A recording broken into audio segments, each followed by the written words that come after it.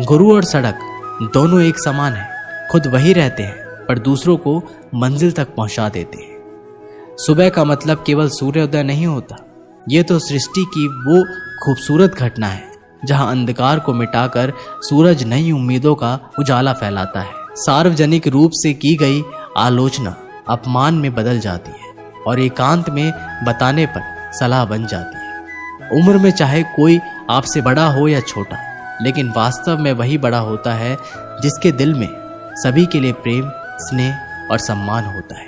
उम्र को हराना हो तो शौक सदा जिंदा रखें। घुटने चले ना चले बड़े और ये तय कर लें कि उनमें बड़प्पन कितना है। नादान लोग ही जीवन का आनंद लेते हैं। हमने ज्यादा समझदारों को अक्सर मुश्किलों में ही देखा है। जब दुनिया कहती है कि अब कुछ नहीं हो सकता, वही सही समय होता है कुछ कर दिखाने का। घमंड ना करना, जिंदगी में तकदीर बदलती रहती है। शीशा वही रहता है, बस तस्वीर बदलती रहती है।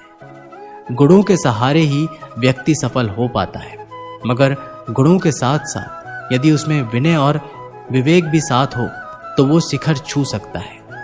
अच्छे लोगों का स्वभाव गिनती के शून्य जैसा होता है।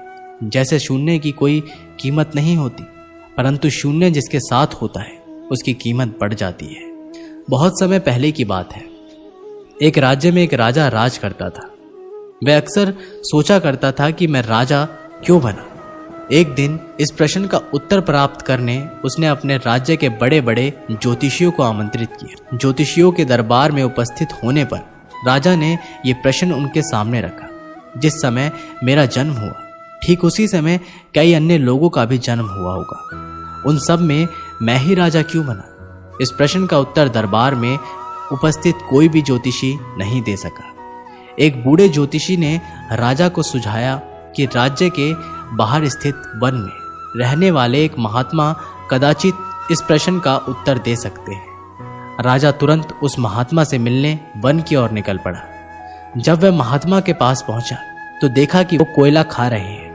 राजा घोर आश्चर्य में पड़ गया, किंतु उस समय राजा की प्राथमिकता अपने प्रश्न का उत्तर प्राप्त करना था। इसलिए उसने इधर उधर की कोई बात किए बिना अपना प्रश्न महात्मा के सामने रख दिया। प्रश्न सुन महात्मा ने कहा, राजन, इस समय मैं भूख से बेहाल हूं। मैं तुम्हारे प्रश्न का उत्तर नहीं दे सकता। कुछ दूरी पर एक पहाड़ी है, उसके ऊपर एक और महात्मा तुम्हें मिलेंगे। वे तुम्हारे प्रश्न का उत्तर देंगे, तुम उनसे जाकर मिलो। राजा बिना समय व्यर्थ किए पहाड़ी पर पहुंचा। वहां भी उसके आश्चर्य की सीमा नहीं रही जब उसने देखा कि वहां एक महात्मा चिमटे से नोच नोच कर अपना ही मांस खा रहे हैं। राजा ने उनके समक्ष वह प्रश्न दोहराया।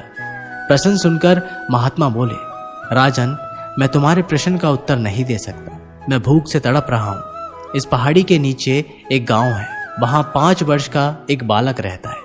वह कुछ ही देर में मरने वाला है। तुम उसकी मृत्यु पूर्व उससे अपने प्रश्नों का उत्तर प्राप्त कर। राजा गांव में जाकर उस बालक से मिला। वह बालक मरने की कगार पर था। राजा का प्रश्न सुन वह हंसने लगा। एक मरते हुए बालक को हंसता देख राजा चकित रह गया, किंतु वह शांति से अपने पूछे गए प्रश्न के उत्तर की प्रतीक्षा करने लगा।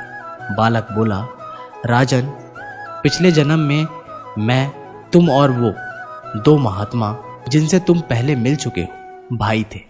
एक दिन हम सभी भाई भोजन कर रहे थे कि एक साधु हमारे पास आकर भोजन मांगने लगा। सबसे बड़े भाई ने उससे कहा कि तुम्हें भोजन दे दूंगा तो क्या मैं कोयले खाऊंगा? और आज वह कोयले खा रहा है। दूसरे भाई ने कहा कि तुम्हें भोजन दे दूंगा तो क्या मैं अपना मांस नोच कर खाऊंगा? और आज वह अपना ही मांस नोच कर खा रहा है। साधु ने जब मुझसे भोजन मांगा तो मैंने कहा कि तुम्हें भोजन देकर क्या मैं भूखा मरूंगा? और आज मैं मरने की कगार पर हूं। किंतु तुमने दया दिखाते हुए उस साधु को अपना भोजन दे दिया। उस पुण्य का ही आशीर्वाद है कि इस जन्म में तुम राजा बने। इतना कहकर बालक मृत्यु को प्राप्त हो गया। राजा को अपने प्रश्न का उत्तर मिल चुका था। वह अपने राज्य की ओर चल पड़ा। दोस्तों, इस कहानी से हमें सीख मिलती है कि अच्छे कर्म का फल अच्छा ही मिलता है। इसलिए सदा सत्कर्म करो और जहां तक संभव हो दूसरों की सहायता करो। दोस्तों, इस वीडियो में बस इतना ही। मैं आशा करता हूं कि आप लोगों ने इस वीडियो से बहुत कुछ सीखा होगा। मिलते हैं एक नई वीडियो के माध्यम से। तब तक के लिए अपना ख्याल रखिएगा और एक बार कमेंट बॉक्स में ज़रूर लिखिएगा, जय श्री कृष्णा।